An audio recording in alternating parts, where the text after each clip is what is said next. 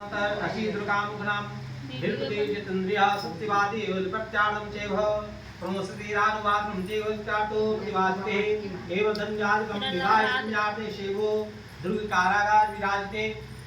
चतुर्थ मनवनांतर की कथा है कि बाबू एक कुलकामुक नाम के राजा थे। भगवान का दिया हुआ सब कुछ था उनके पास, सोना चांदी हाथी एक चीज नहीं था। राजा के पास एक चीज नहीं था, कोई बच्चे नहीं थे। तो बहुत दिन कथा श्रवण करने के बाद, बहुत दिन कथा करवाने के बाद उन्हें संतान की प्राप्ति होती है। तो वह गंगा किनारे व्रत करवाते हैं। ठाकुर जी का गंगा किनारे व्रत करवाने का बहुत ही महत्व है।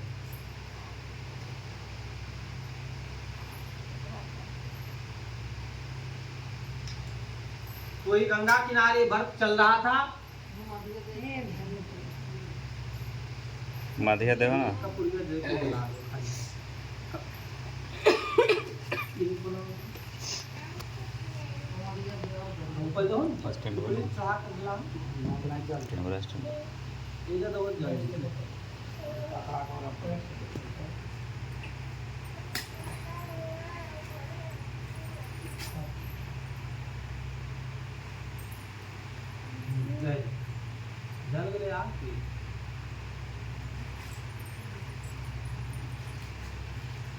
तो वही गंगा किनारे व्रत करवा रहे थे। गंगा किनारे व्रत करवाने का बहुत ही, तो एक वैश्य आता है बनिया और पूछता है कि हे राजन यह कौन सा व्रत। तो ये बताते हैं कि श्री सत्यनारायण का व्रत है, इसके करने से मनोवांछित फल की प्राप्ति होती है। बाबू हम निसंतान थे, तो ठाकुर जी की कृपा से संतान की प्राप्ति हुई। संयोग से बनिया भी निसंतान था। वह संकल्प लेता है कि हमारे घर में भी कोई बच्चे हो जाएं तो मैं इस व्रत को, पहले कोई कथा नहीं करवाता है, कोई कथा पहले नहीं पूजा करता है, पहले गछवा ले है कि हमारे फलना काम हो जी तो हम कथा करे, मुड़ना करवे, बेटा हो तो तब मुड़ना करवे, नहीं तो पहले एडवांस ले रहे भगवान से तब करता है। तो वह बनिया भी संकल्प लेता है कि हमारे घर में भी अगर बच्चे हो जाएं तो मैं इस व्रत को करवाऊं। कुछ ही समय बाद, गछने के बाद कुछ ही समय बाद उसकी पत्नी गर्भवती हो जाती है और 10वें महीने में एक सुंदर कन्या को जन्म देती है। पूर्व गर्भे जतुर्जाता बालिका जाती है, कन्या का जन्म होता है। तो सबसे पहले नामकरण होता है। वो मनुष्य का 16 संस्कार है। कौन कौन जानते हैं 16 संस्कार के बारे में? पढ़ाई किया है बाबू? 16 संस्कार के बारे में जानते हैं? मनुष्य का 16 संस्कार। तो सबसे प्रथम संस्करण है गर्भाधारण, गोद भराई होता है, पहली बार गर्भधारण होता है। द्वितीय प्रकरण है नामाकरण, जिसमें नाम रखवाया जाता है बच्चा।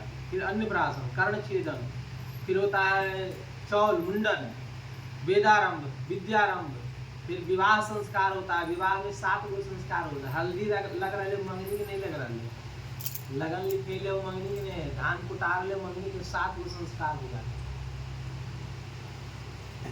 अंतिम संस्कार तो देखिए बाबा खो गए, है ना। तो पूरा 16 संस्कार होता है। 16 में नामाकरण करवाता है। उसमें लीलावती माता के, कलावती पुत्री का नाम रखा जाता है। तो कन्या जो अपने पिता के घर में नित्य प्रतिदिन बढ़ने लगती है। बनिया की पत्नी भी बार बार कहती है कि आपने जो व्रत गछा है उसको करवा दीजिए, आज करवा देंगे, कल करवा देंगे। एक दिन कहता है कि इसके विवाह के समय में जरूर करवा। समय तो चले माने बाबू, भोजन कीजिए चाहे नहीं शाम हो जाएगा, रात में सुतिए चाहे मोबाइल देखिए चाहे धान फटक हो, सुबह हो जाएगा। तो वह भी समय आ गया, कन्या विवाह योग्य हो गई और एक सुंदर वैश्य वर ढूंढ करके उनका विवाह भी करवा दिया गया। और विवाह के समय में भी व्रत हो गई। दारुण कच्छ चराचरस्य महादेव। तो क्या करते हैं ठाकुर जी, माता पिता और गुरु क्या करते हैं? श्राप नहीं दे सकते हैं। आपके माता पिता, न भगवान, न गुरु पुरोहित और न अतिथि। अतिथि में समझो नहीं, सब अतिथि कौन में श्राप नहीं दे सकते। क्या करते हैं? नजर फेर लेते हैं। फोन करते हैं, बोले बुआ तुरंत का पता नहीं कुछ देना नहीं लेना है, काहे झूठो परेशान माथा में बड़ी दर्द है।